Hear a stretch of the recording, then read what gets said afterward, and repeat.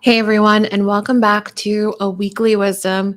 Every Wednesday, 9 a.m. Eastern, we're here to offer a diversity, equity, and inclusion tip, little solution, something that you can use for your diversity, equity, and inclusion efforts. Very excited, as always, to be here on this Wednesday morning, offering you a diversity, equity, and inclusion tip. Today, we are focusing on the importance of demonstrating genuine desire to grow and learn. And it's important that we recognize that as leaders, as individuals who are really seeking to build a more diverse, more inclusive workplace, a genuine desire to grow and learn is imperative.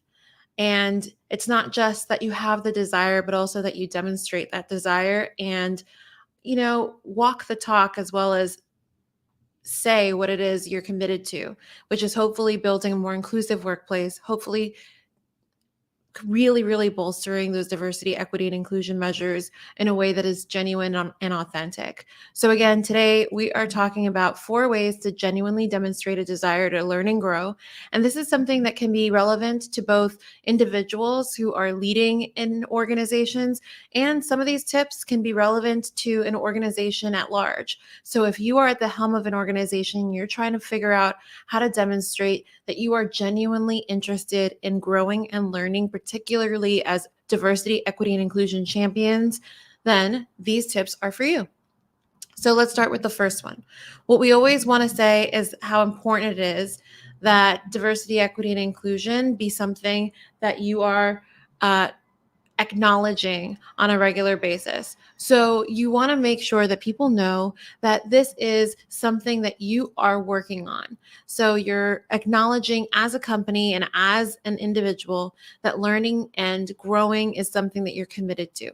Again, this is very important because it's one thing to privately say, oh, we really do need to increase our efforts in diversity, equity, and inclusion. It's one thing to tell one-on-one people who come to you and say that they're really interested in seeing more from your organization, but it can go a long way to acknowledge as an organization and as a leader publicly that this is something you're seeking to do. So the first thing you can do to demonstrate genuine interest in learning and growing, particularly in the space of diversity, equity, and inclusion, is to acknowledge that you're committed to it. Sounds a little simple, but making this something that you definitely do can help people recognize, okay, they seem serious. They're saying this publicly. And now I feel that myself and others can hold them accountable. All right. So as we think about this, of course, we want to be thinking about some of the other ways that we can be demonstrating genuine uh, interest in learning and growing. And the second way that we can do that is by recognizing any missteps that we might have taken. So any mistakes we might have made, any missteps we might have taken, anything that maybe could have been better. And this is something, this taking accountability for things that we did wrong or any harm that we caused. It demonstrates that you are very much interested in ensuring that learning and growth is a priority, because it says that you're willing to recognize and take accountability and acknowledge that you're not perfect. And so this is, again, for leaders. It's also for organizations. If, say, your organization did or said something that it could have done better, or it didn't stand up for a particular ideal that it maybe should have. And this is something that can be really useful when people are seeking to understand how genuinely committed you are to demonstrating an interest in learning and growing. Okay, so next on our list here, we have step 3, which is to solicit and truly consider constructive feedback from your employees. And this, again, is something that can be done on the leader level as well as on the organizational level. And bonus tip here, it's important not just to solicit that feedback, but to also do your best to demonstrate that it was truly considered.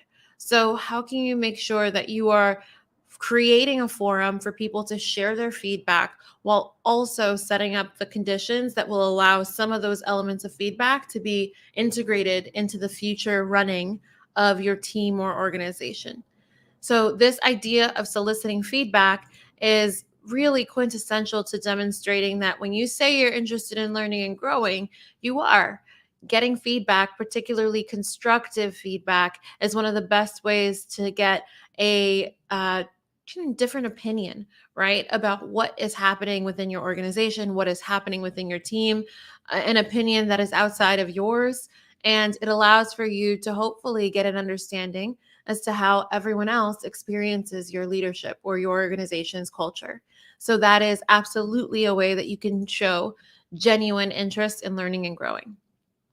Another way that you can show genuine interest in learning and growing, and this is our last tip, is creating long-term spaces for conversation. What does this mean?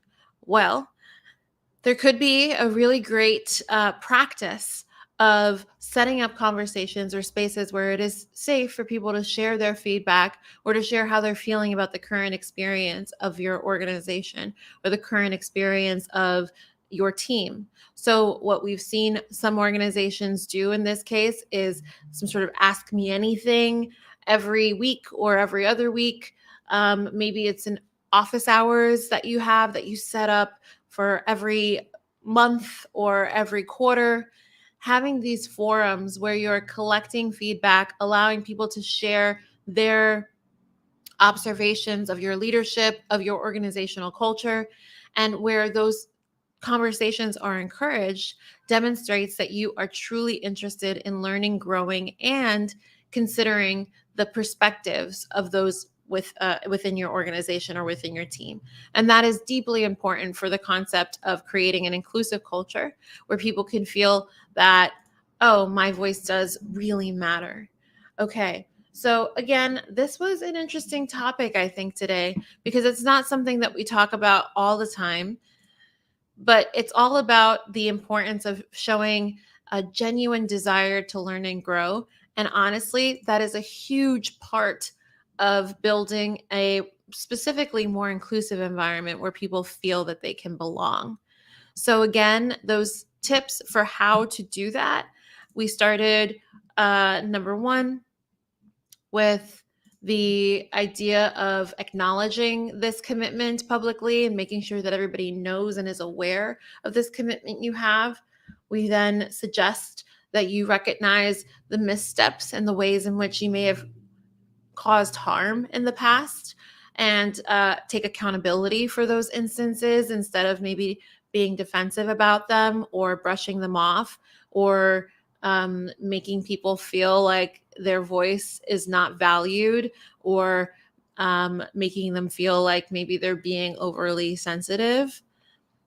And then we want to truly solicit feedback and then consider that feedback, that constructive feedback, figure out ways to make progress toward experiencing whatever it is that your team is most interested in seeing from you.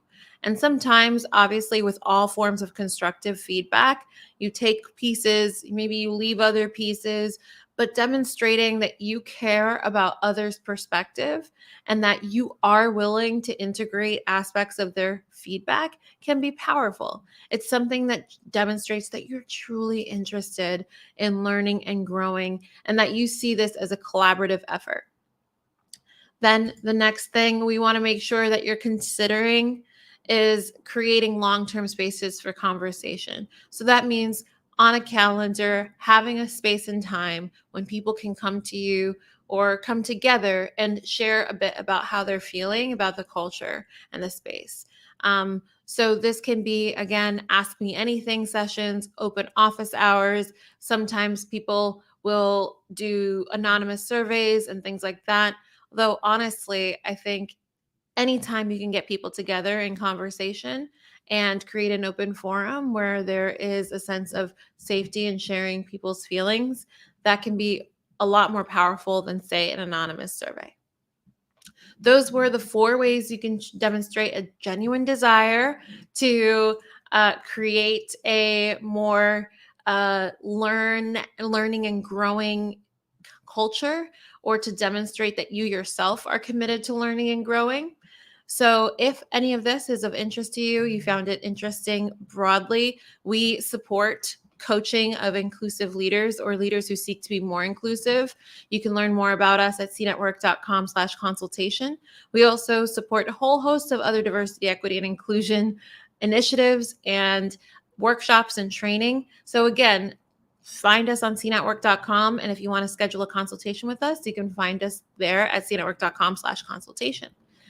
I also would love to acknowledge that we have a bunch of different ways that you can engage with us for free. We have our Twitter, our Instagram, our YouTube, our LinkedIn. Please find us there and make sure that you check us out.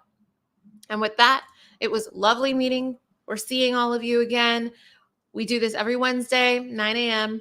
And today, we're a little over 10 minutes, but usually we try to get this in within 10 minutes so that you have that quick snapshot for diversity, equity, and inclusion efforts, and you're able to take that and apply it tomorrow. So we hope this was helpful, and I will see you next week. Thanks, everyone.